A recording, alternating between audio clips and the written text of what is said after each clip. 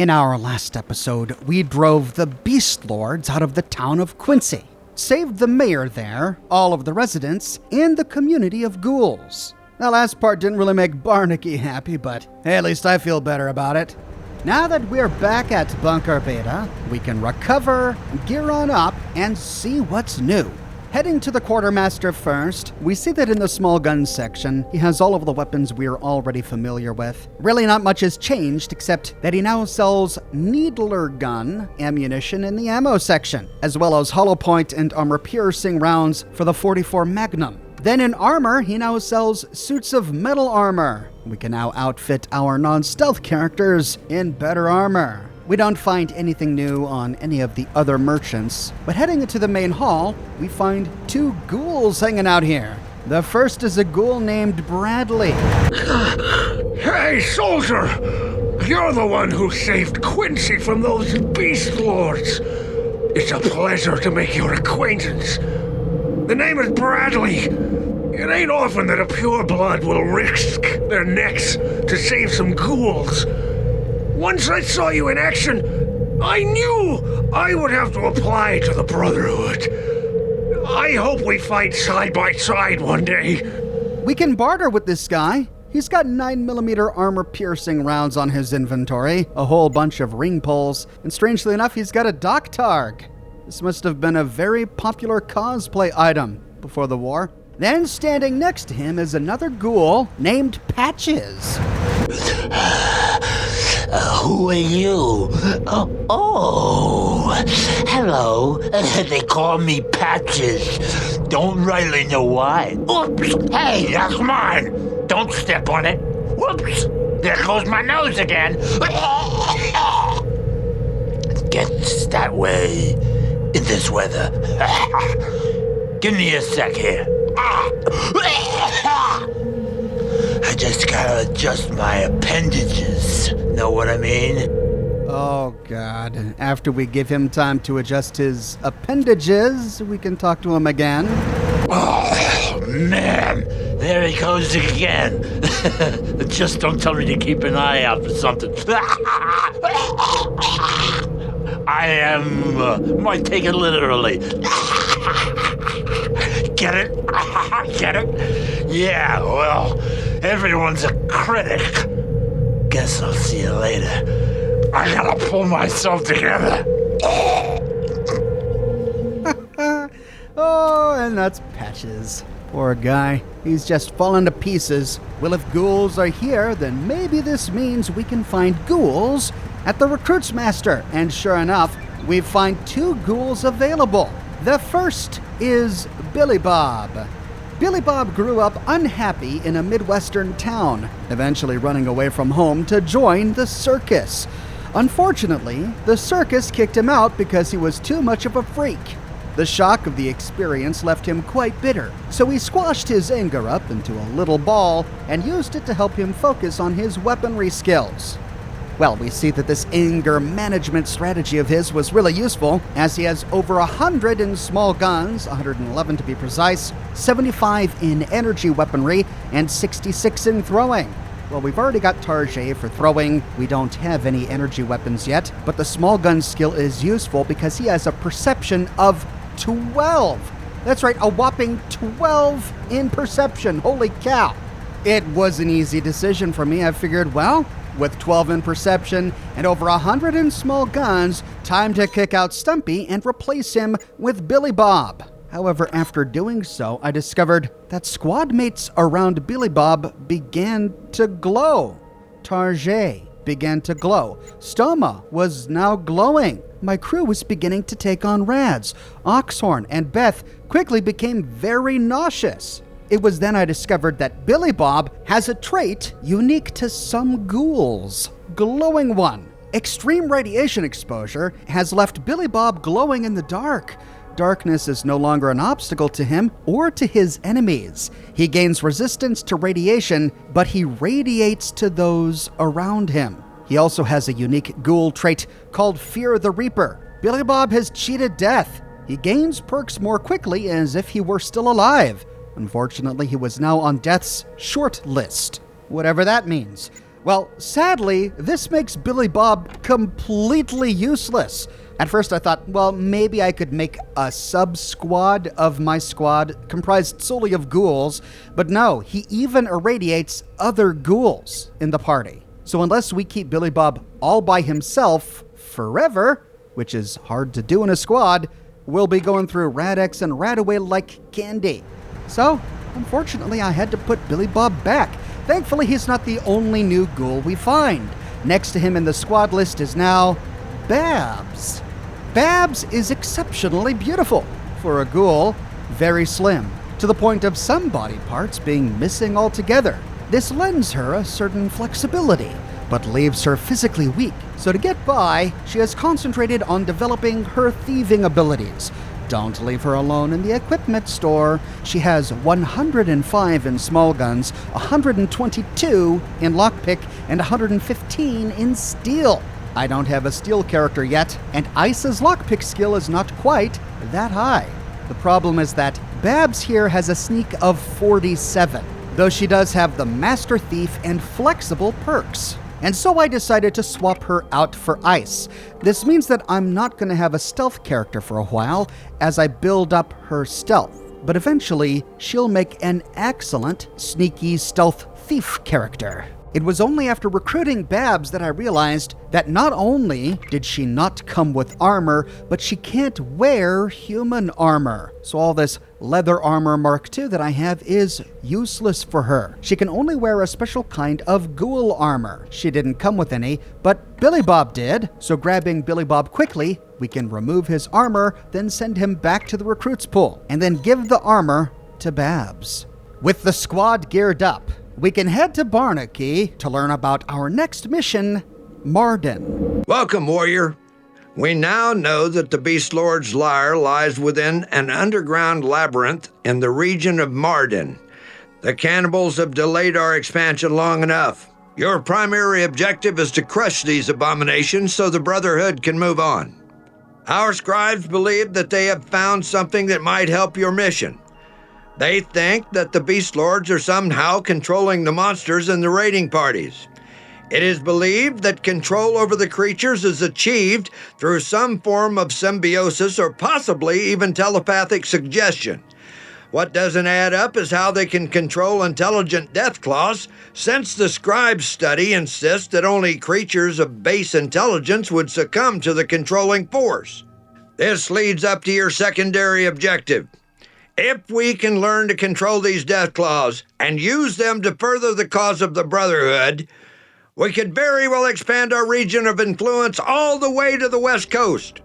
It is a chance, but not such a great chance that you should jeopardize your first objective. Depart as soon as you assemble your squad. Dismissed! All right, so primary objective, wipe out all the Beast Lords. Secondary objective, figure out exactly how they're controlling the beasts. Heading back to the Hummer, I realized that the Hummer doesn't really have a carry limit, so I moved all of the microfusion cells from the lockers into the trunk of the Hummer to consolidate our inventory. Then, since I also realized that I'm probably going to be swapping out squad members for the foreseeable future, I used all of the skill books that I've accumulated to this point on Oxhorn. That way we can level up some of the secondary skills like pilot, barter, gambling, outdoorsman, have our primary character be good at all of that stuff, allowing us to specialize on some of the more combat-centric skills for the rest of the squad. With Keith gone, it was really hard keeping my party healed in the last mission, so I dumped more points into Doctor and First Aid for Oxhorn, so that now I can at least heal crippled limbs and cure winded. With the party ready to go, we can head into the Hummer. We find Mardin due south of Bunker Beta, past Macomb and Quincy. Upon arrival, we can take a look at Brotherhood Reconnaissance. We arrive in the southwestern corner of the map. This is our insertion point. Once the Beast Lord leader is dead, we return here for extraction. In the middle of the map, we find a large gray circle. Brotherhood scouts warn that this area has been heavily patrolled. Expect to find resistance. North of us, we find 3 other circles. In the smaller one, we discovered that there is a breach in the underground structure here. Brotherhood scouts have noted very little enemy activity in this area. Then, east of this, we find a larger circle. Here is a remains of a pre-war cemetery.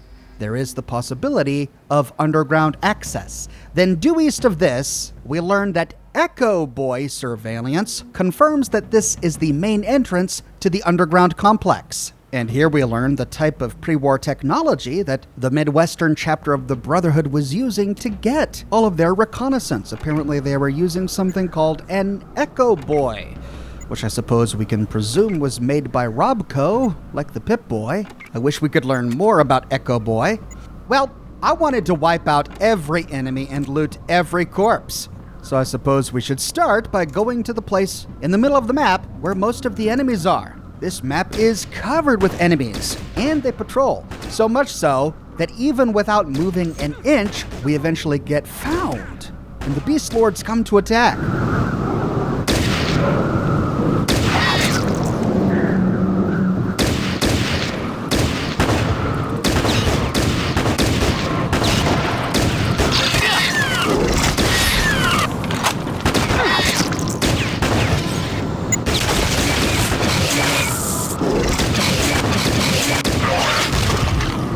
With them, they had a bunch of bugs and critters. On the body of this Beast Lord was a hunting rifle, 3 festering spears, and some healing powder. On the body of the next were 6 boom bugs for Target and more healing powder. We can start by moving east. Here we find the body of a raider. On his inventory is a stim pack and some ammunition. Then continuing east and then north, we pass by a bunch of tires, the ruins of a semi-truck, until we get spotted by more Beast Lords.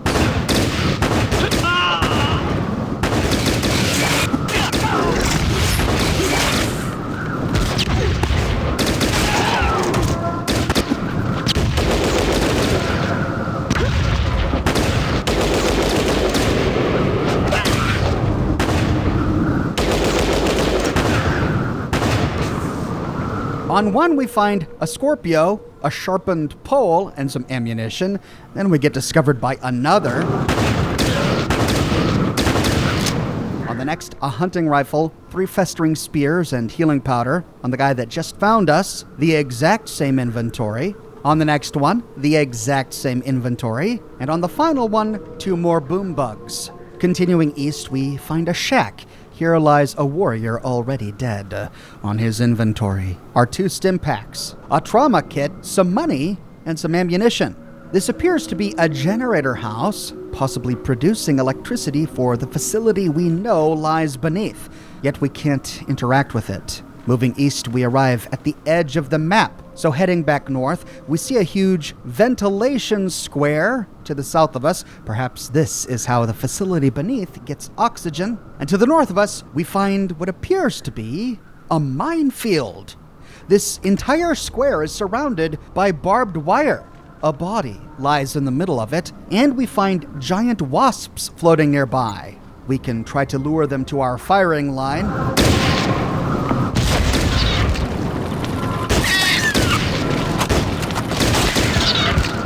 The wasps detonated one of the traps. But just north of this square are more Beast Lords.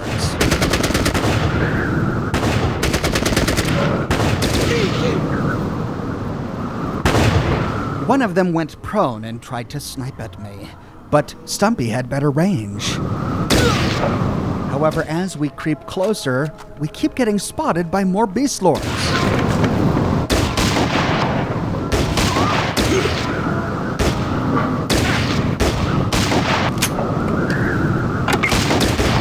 Moving northwest, we can begin to loot. Stumpy is my traps guy, and he detected a puffer on the ground. The puffer works as a landmine. We have to first disarm it before we can loot it. On the body of this guy, right next to the puffer, was 6 boom bugs and healing powder. Then just south of him in this ruin was another puffer that we can disarm. The puffer is a low-tech tribal weapon made from a fungus. It releases a cloud of toxic spores when compressed. So the puffer is a poison trap. It does a gas poison damage that deals between 20 and 40 damage. Exploring the rest of this ruin, we get attacked by a rad roach, but he's content to stand on the other side of this wall. So creeping into the ruin, we can disarm and loot 1 more puffball. then loot a fridge in the corner of the shack. Inside we just find a stinky meat platter and some beer. Moving around the ruin to destroy the radroach, we can then move back north towards the minefield. On the body of one of the beast lords is a hunting rifle, 3 festering spears, healing powder, 3 darts, and a chakram. But as we loot it, we get attacked by more radroaches. The chakram is a razor-edged throwing ring. This is a reusable throwing weapon like the fantasy ball. However, it does far less damage, dealing between 4 and 6 damage before perks are considered, with an AP cost of 3 and a range of 15. Compare that to the fantasy ball, which does between 8 and 10 damage, with the same AP cost and range. Sending Stumpy into the minefield, we can loot the anti-personnel mines. There are quite a few of them in here, which have great resale value. The body in the middle of the minefield is a dead ghoul. He has jacketed hollow point 9mm ammunition on his inventory, a Beretta, some voodoo, and a Guns and Bullets magazine. After looting all of the mines, we can head outside the minefield to finish looting these bodies. On one, we find an M16, a claw hammer, some more ammunition, and a scout manual. And on the last one, we find more boom bugs. We bring Stumpy back to the party just in time because we catch the attention of more beast lords.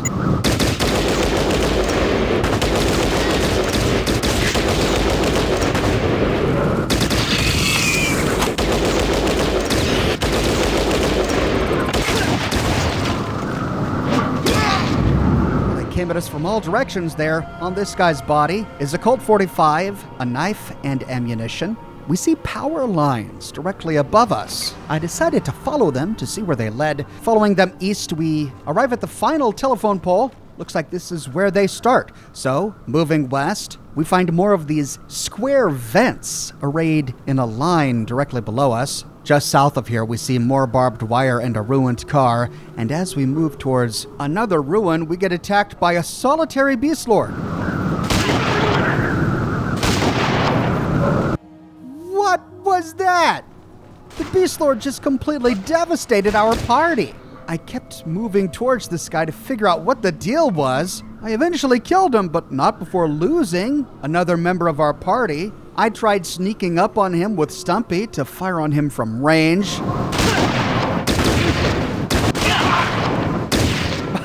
But he just devastated my guys. I finally got him by sneaking up behind him and using the ruin as concealment. Then, while he was creeping towards me, I fired at him with Stumpy from range.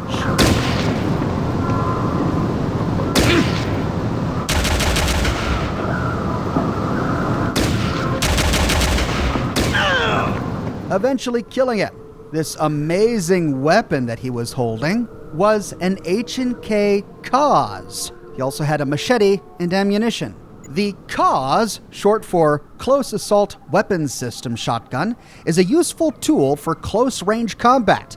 The bullpup layout gives the weapon a short, easily handleable length, while still retaining enough barrel length for its high-velocity shells. The H&K Cause does between 16 and 25 damage in burst mode, with a range of 24 and an ammo capacity of 10. In single mode, it does between 18 and 28 damage, with a range of 30 and an ammo capacity of 10. That's much better than the Neostat shotgun we got in the last mission, which does between 13 and 22 damage in burst mode, with a range of 17 and an ammo capacity of 12, and 15 to 25 damage in single fire mode, with a range of 22 and an ammo capacity of 12. I decided to give it to Stoma, my big guns character, since Oxhorn didn't have high enough strength to wield it. Moving back to the telephone poles, we can continue to follow them. They pass right by a shack. Inside the tiny shack, we find a shelf, and in the shelf we find a stim pack, some 12-gauge slug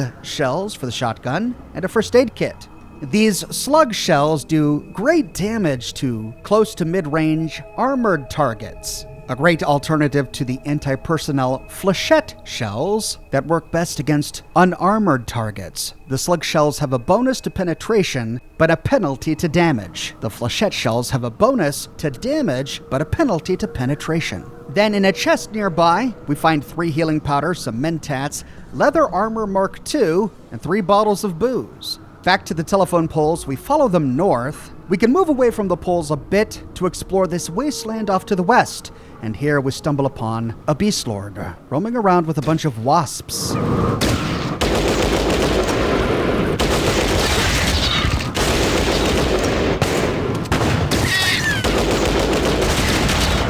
A few more come out of the woodwork.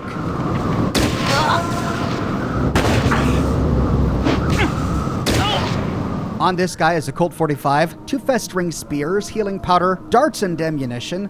On the next guy, a zip gun, more ammunition, 2 rocks, and 3 festering spears. Then tackling the final guy, he was carrying an Uzi, 3 rocks, and ammunition. We discovered that the telephone poles end at the cemetery before moving east. Nearby, we should find the caved-in portion that leads underground. Sure enough, we find it just north of us, but as we get close to it, the Beast Lords on the other side of the cemetery wall creep closer to attack.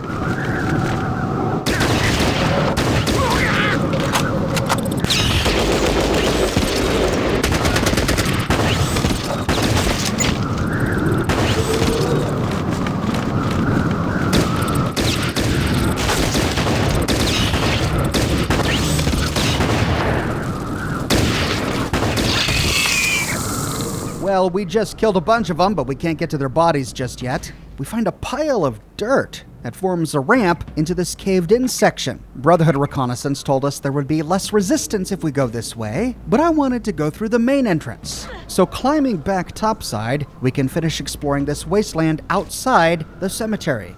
Moving north, we find a couple of bodies lying out here. On one warrior, we find 2 stim packs and ammunition. On the next, 2 more stim packs. There are radioactive pools nearby, but we reach the northern and western edge of the map. We can't go any farther, so heading all the way back down to the telephone poles, we can continue to follow them east. Here, we kill a beast lord hiding behind some sandbag barricades. And then more come from the cemetery to the north.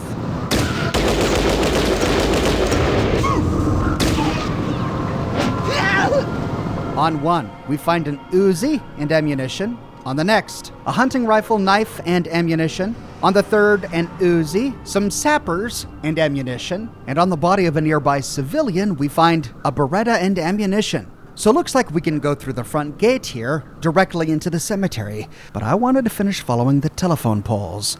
Continuing east, we find a bunch of barrels that have been set out to form some sort of barrier, and we see more beast lords milling about nearby. Moving towards the barrels, we can take cover and take them out.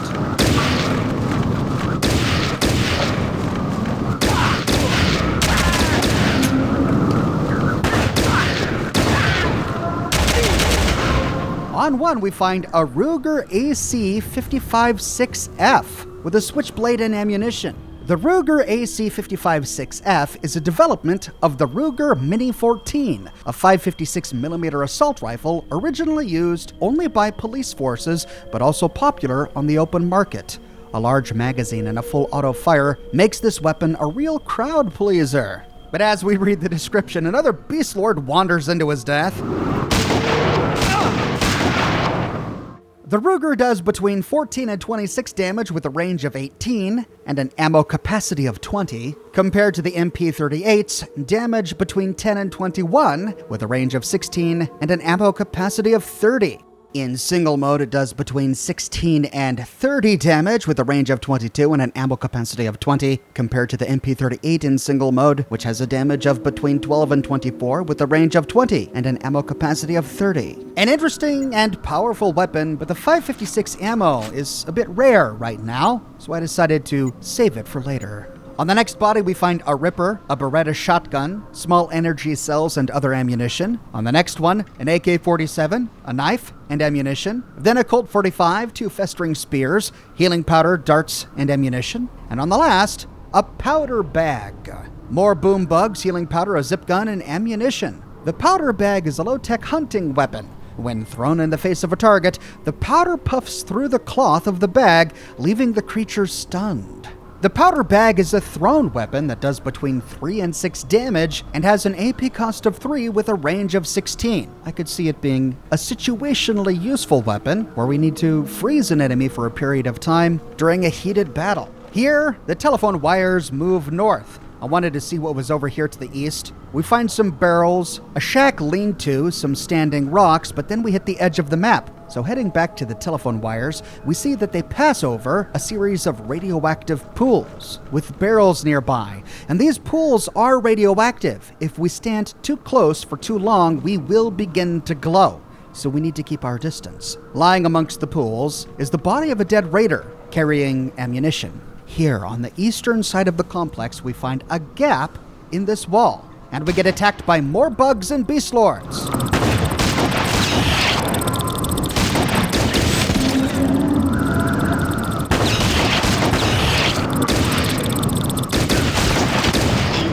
On the beast lord's body is a cleaver, a shotgun, and more slug shotgun shells with 9mm ammunition. Then heading through the wall, we see a staircase leading below. This is the main entrance to the underground labyrinth. If we just race down the stairs, we run into some stiff opposition.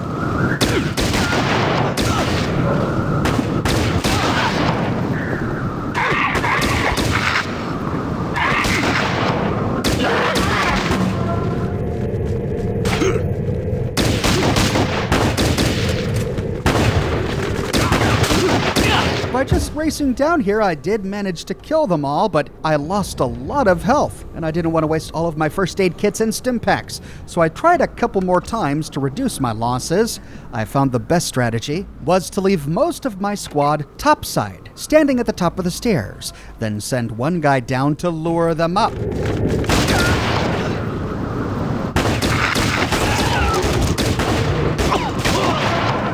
Guys at the base of the stairs, one beast lord and a baby Deathclaw attack first, and we can pick them off from range. And when dead, move deeper to finish off the last guy. On one body, we find a desert eagle, a machete, and a bunch of ammunition. On the next, another puffball, a hunting rifle, 3 festering spears, 1 healing powder, 1 dart, 1 zip gun, and ammunition. On the next guy, some razor claws, 3 festering spears, and ammunition. And on the next guy, some brass knuckles, a ripper, small energy cells, and ammunition. The razor claws are a new unarmed weapon. They're gloves with extendable built-in claws on the back of the hand. Like, Wolverine, I guess. But they're actually pretty impressive. The razor claws deal between 17 and 35 damage, but they don't use ammunition. Compare that to the Power Fist, which does between 23 and 35 damage. The Razor Claws have the potential to do the exact amount of damage as the Power Fist. However, the Power Fist is guaranteed to always do at least 6 more damage than the Razor Claws. But it does consume ammunition. So I'm going to put the Razor Claws on Beth and use it as a backup unarmed weapon in case I run out of ammunition for the Power Fist. On the body of the next Beast Lord hiding behind these jars, we find another shotgun, a shiv, and some ammunition. Now we do find a staircase here leading deeper, but I wanted to explore this top level first. The bottom room, where we killed this guy, is empty, but moving down a hallway to the west, we stumble into an ambush. Oh my god! All my guys are dead! Well, let's try to be a bit more tactical about this. Creeping into this hallway, we can set up our squad to pick off these guys from cover. Then, sending out Stoma, we can lure them out into the open.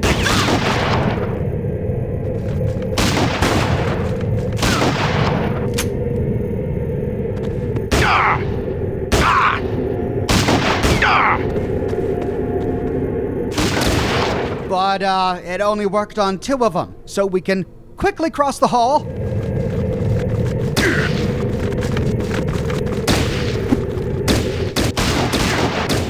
That takes care of 1 here. Then move north around the corner.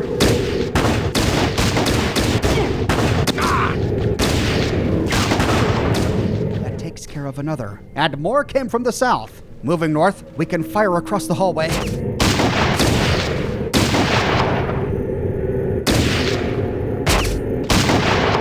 and she crouches down so we can send in Beth. But she finds two. We can pummel one to death, then pummel the next. That leaves two guys in the eastern room. And so we can send in Stumpy. With his superior range, hopefully he can take him out.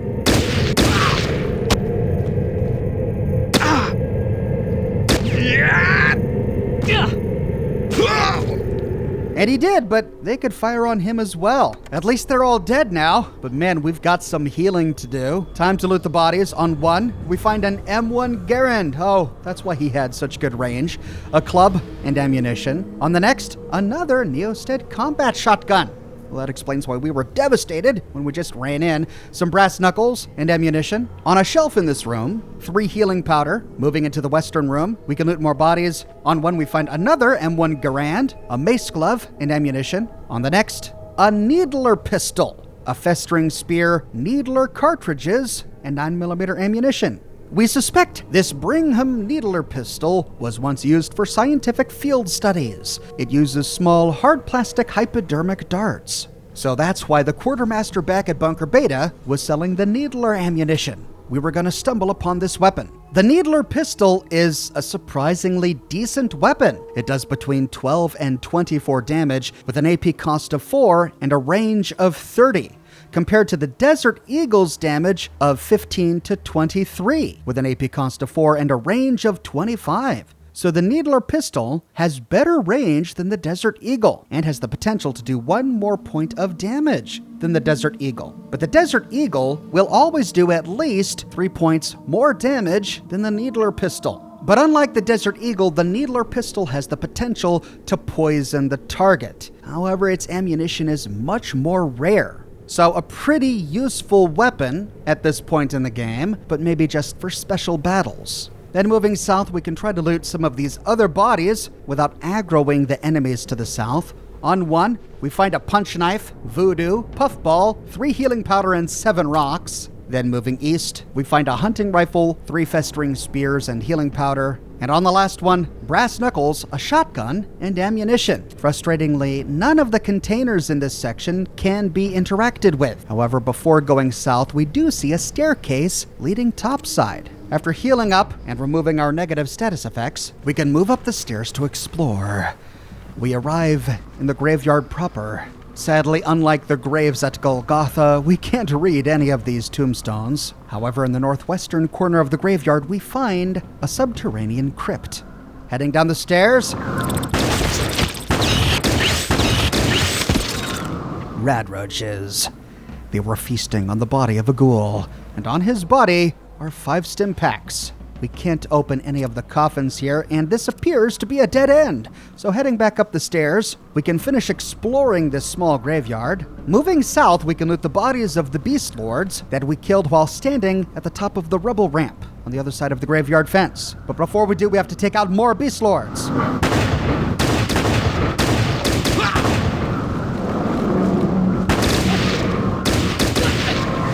On the body of one, a hunting rifle, 3 festering spears, a puffball, healing powder, and 7 rocks. On the body of the next, a Beretta, ammunition, healing powder, 3 festering spears, and another chakra. On the next one, a hunting rifle, 3 festering spears, healing powder, 8 rocks, and more bug on the shell. On the next, an Uzi and ammunition. On the next, a Colt 45, a hunting knife and ammunition. And on the last, a Colt 45, an M1 Garand, and ammunition. We see the main entrance that we passed by earlier directly to the south of us. That means that we've explored everything up here. We have now but to go back down into the labyrinth to finish rooting out the Beast Lords. Heading back down the stairs, we can move south down the hallway. We find 2 snipers lying prone on the other side of a table, but their accuracy is shot. Even though they can reach us, if we put Stumpy prone with his M1 Garand, he actually hits them, and so he can take them out. Moving down the hallway, we get surprised by a Beast Lord to the left. But now this section is clear, and so we can loot the dead.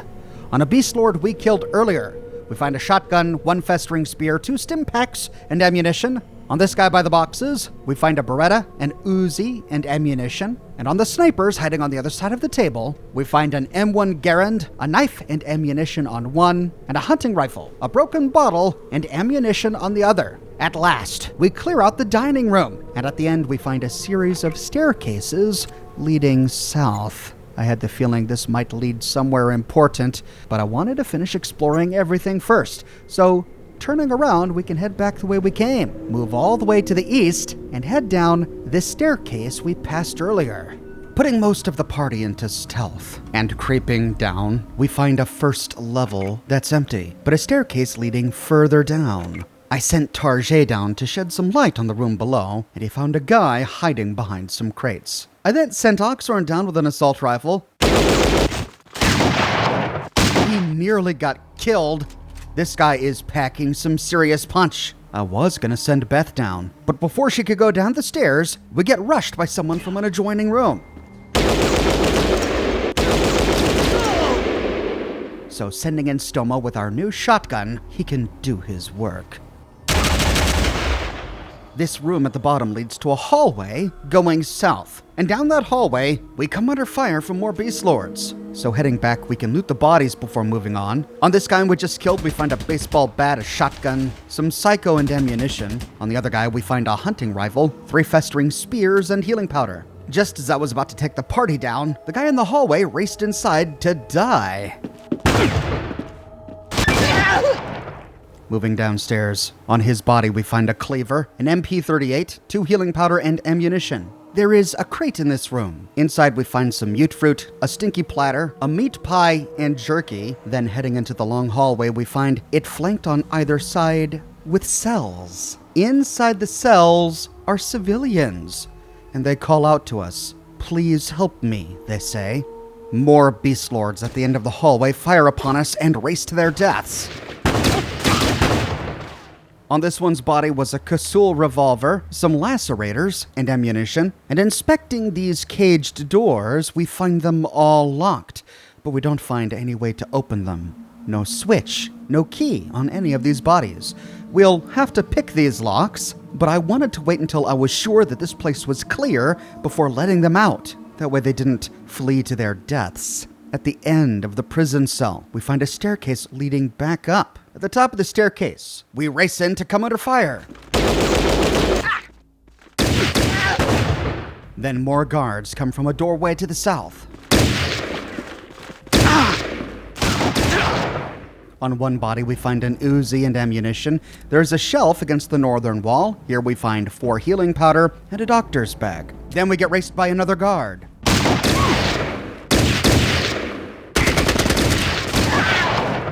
Heading to the doorway, we can loot the next body. Here we find a spear, a shotgun, and ammunition. And as we move into the bottom room to loot the next body, a voice addresses us. Have you come to kill me? Surely you wish to kill the source of the Deathclaw infestation. Kill me and allow my young a chance at freedom. I cannot live another day knowing I am the very collar that holds my children in bondage. You hesitate. Maybe there is another answer. Maybe you can set me free and allow a mother's vengeance. Free me and I will bathe in their leader's blood and feast on his hot, quivering flesh.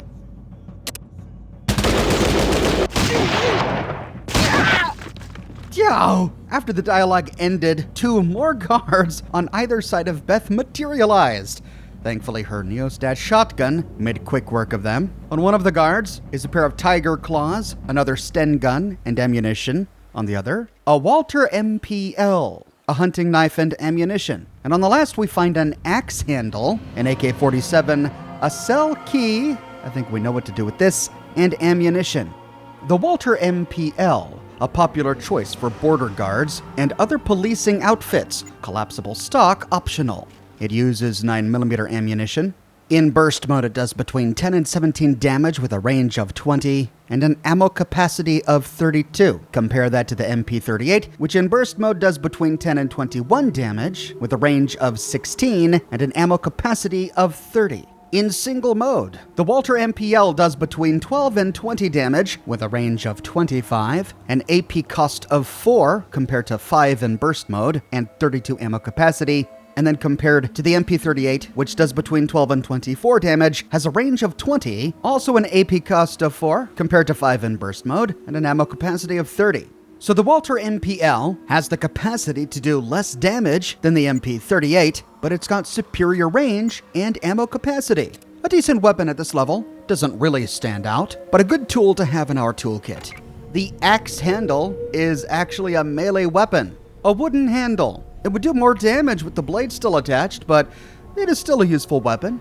Not really.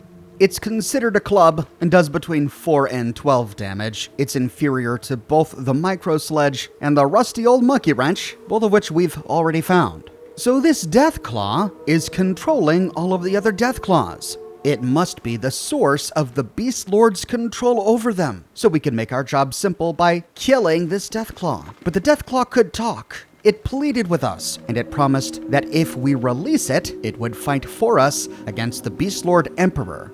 We've got a decision to make. We'll leave the Deathclaw caged up for now until we finish exploring a bit. Moving to the eastern side, we find a staircase leading up to a new room. At the top of the stairs,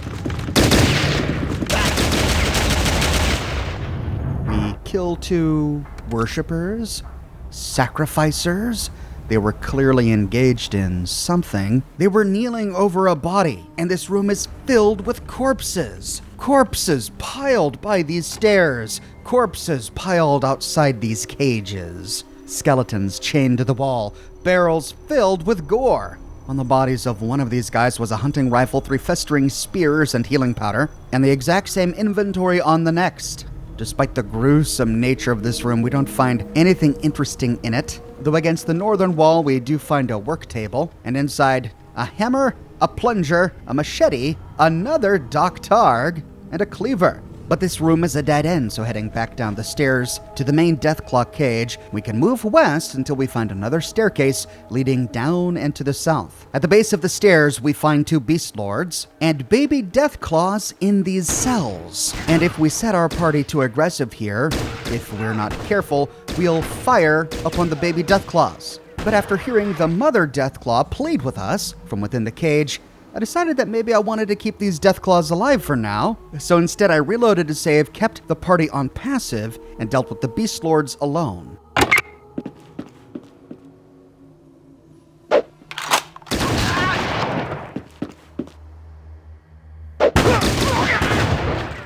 On one Beast Lord is a hunting rifle, 3 festering spears and healing powder, and the same inventory on the next. Each of these cells has a baby Deathclaw inside, and at the end of the hallway, we do find a switch. If we flip the switch before deciding the fate of the Deathclaw mother in the main cell, the aggressive baby Deathclaws attack us. However, this is not true if we agree to release their mother. We do see that this facility continues on to the west and north, but before going any deeper, I wanted to resolve things with the Deathclaw. Heading back to the captive Deathclaw cage, we can use the key to open the door. But here the Deathclaw stays. We can move our squad inside. If we choose to kill the Deathclaw,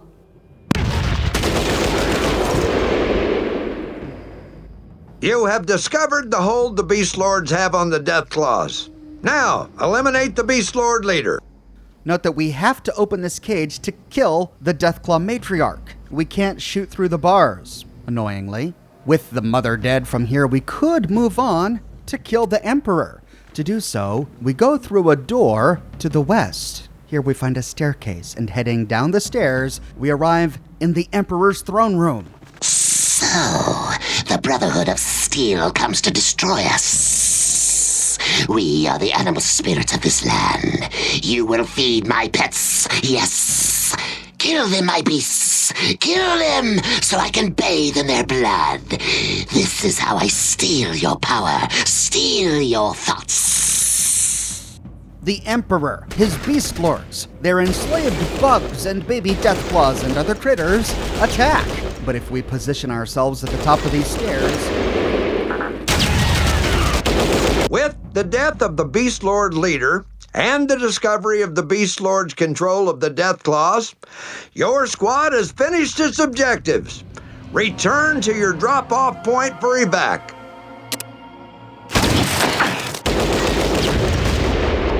We can take them out from safety.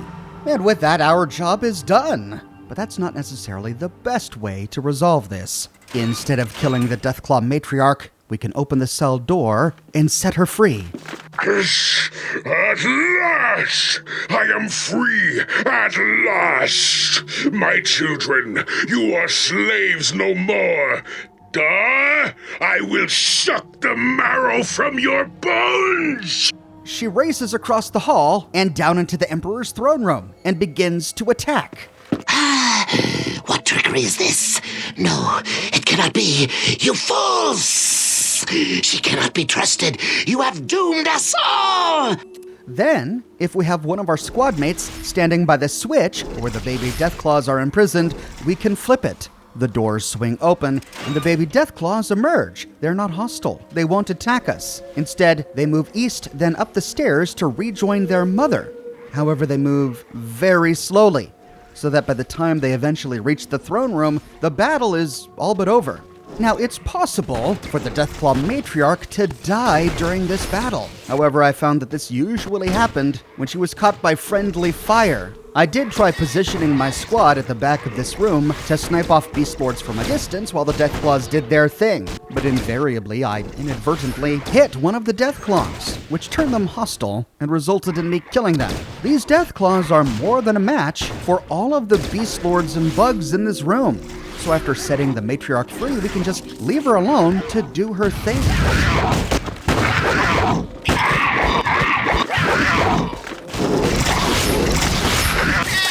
Then, when she's done, we can head inside and talk with her. You fight as if you were from my own brood, warrior. My children are now free due to your selfless act. Thank you for your trust. I have much to think about. I would speak with your leaders after I have gathered my brood around me. And with that, we've made friends with the Deathclaws. With the Beast Lords dead, we can explore the giant throne room. We find a balcony to the left, overlooking a large pit below. We'll have to head that way to explore in a moment. Then, behind the throne, we find a wooden chest. Inside, 4 boom bugs, 10,000 pull tabs, nice, and a stinky meat platter. Then, looting the Beast Lord dead, on one we find a Colt 45 and ammunition.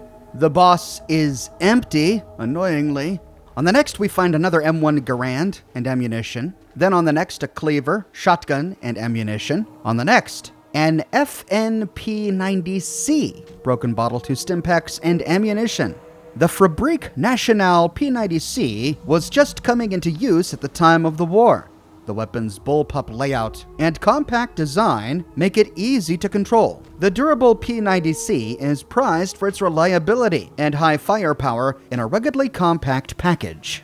In burst mode, it does between 12 and 19 damage with a range of 18, an AP cost of 5, and an ammo capacity of 50. Wow. Compare that to the AK-47's damage between 10 and 22, range of 28, AP cost of 5, and ammo capacity of 24. Then in single fire mode, it does between 14 and 22 damage with a range of 22. However, it still has an AP cost of 5 compared to the AK-47 in single shot mode with an AP cost of 4, but with a damage between 12 and 25 and a range of 35. So amazing ammo capacity on this thing, a whopping 50. But even though it has the potential to do more base damage than the AK-47, its range is inferior, its maximum damage is inferior, and its AP cost in single fire mode is inferior.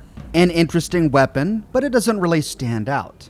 On another body, we find a Beretta and ammunition. And as we move around to the northern side of this room, we discover that this throne room is at the bottom of that series of staircases we bypassed towards the main entrance. Had we gone down those staircases, we would have arrived right here. On another body, a cleaver, another Neosted combat shotgun, and more ammunition. Then on the last, we find a Ripper, small energy cells, psycho, and ammunition.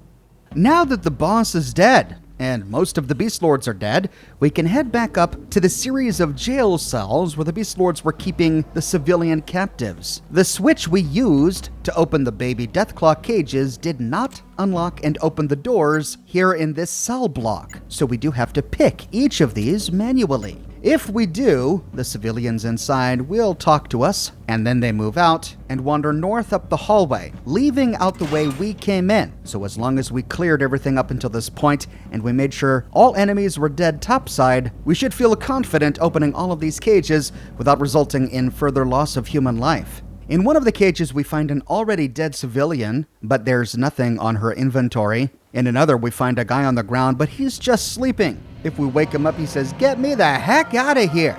And he races out. In another, we find another dead body, but it's empty, and eventually we've unlocked all of the cages. These last few guys didn't appear to want to leave, but at least everyone else is gone. Then, reconvening our entire squad, back at the end of the baby Deathclaw jail cell hallway, we can finish exploring this Beast Lord labyrinth. Moving north, we find a ladder that takes us to the pit below. Here we find a baby Deathclaw. A couple actually wandering around here, but if we release their mother, these baby Deathclaws are not hostile. We find bones scattered around the pit with piles of blood. Looks like the Beast Lords were throwing people into this pit to watch them be devoured by baby Deathclaws for sport. To leave the pit, we can climb a ladder to the north and then scale some stairs. At the top of the stairs, we get attacked by a scorpion and a radroach.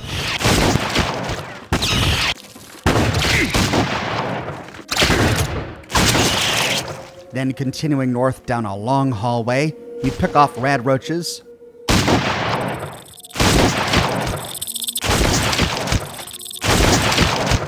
Until we reach a split. To the left of this split is a smaller room in the middle of this room, and inside more bugs.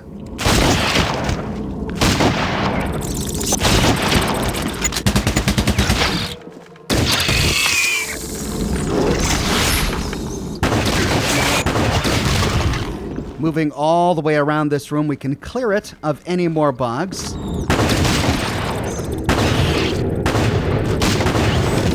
And then gather the party and head north.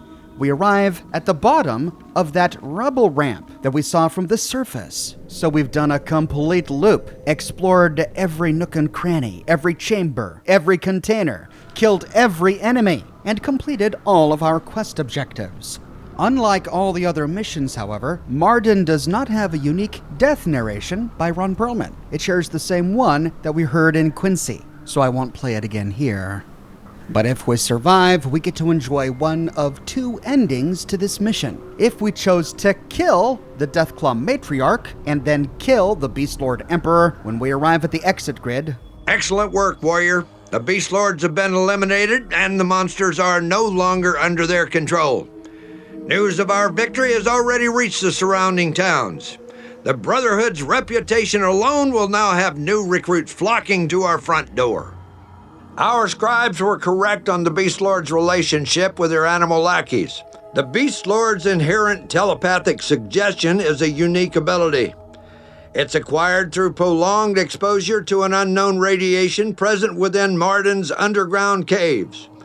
Unfortunately, we will not be able to duplicate this feat. The scribes explained that this unique mutation only manifests in humans that have been exposed for at least 20 years. But it is of little matter, since science and discipline will always be victorious over ungodly mutation. You've done well to neutralize the Deathclaw Matriarch. Its intelligence and its ferocity make it a fearsome foe that even our weapons would be hard-pressed to stop in a confrontation. You cannot believe what such a creature promises, for its interest and loyalties go only as far as propagating its own filthy mutated race. In my heart, I feel that you've made the right decision. You have done well, brother. You're dismissed. However, if we chose to save the Deathclaw Matriarch, release her brood, and let them kill the Beast Lord Emperor, Barnaky says this. These are strange times, warrior. The Deathclaw Matriarch spoke to our elders today. It seems that her gratitude is genuine, and that she is allowing some of her spawn to remain behind when her brood moves on. These Deathclaw young are to be treated as honorary initiates to the Order. Plans are already underway to create a special unit to help assimilate these unusual recruits into our ranks. Personally, I have my misgivings towards these dangerous creatures. I do not believe they should be allowed to fight beside our paladins. However, the elders insist on this. Between you and me, brother, sometimes I wonder if the old elders were right. Dismissed. Sounds like General Barnaky is beginning to like us well enough to confide his personal beliefs in us. It sounds like he's diametrically opposed to the direction the elders of this chapter of the Brotherhood of Steel is leading them. I wonder if this will be cause for conflict later. Back at the world map, we can take the Hummer from Mardin to Bunker Beta. Now we can heal on up, gear back up, and see if any of these Deathclaws have arrived at the bunker. But we'll have to do that in my next episode. I publish new Fallout videos each and every week on my channel, so if you don't want to miss my next episode, be sure to subscribe and to click that bell notification button. If you have already but you still feel like you're missing out on YouTube notifications, consider following me on Twitter at Oxhorn. I update Twitter manually with every new piece of content that I publish. I've got a shirt shop with completely unique designs that you can't find anywhere else. My designs come on shirts in a variety of men's, women's, and children's sizes, and in a wide array of colors. You can find them on other products as well, like smartphone cases, pillows, posters, mugs, stickers, prints, etc. So if interested, you can find a link to my shop in the description below, or you can click here.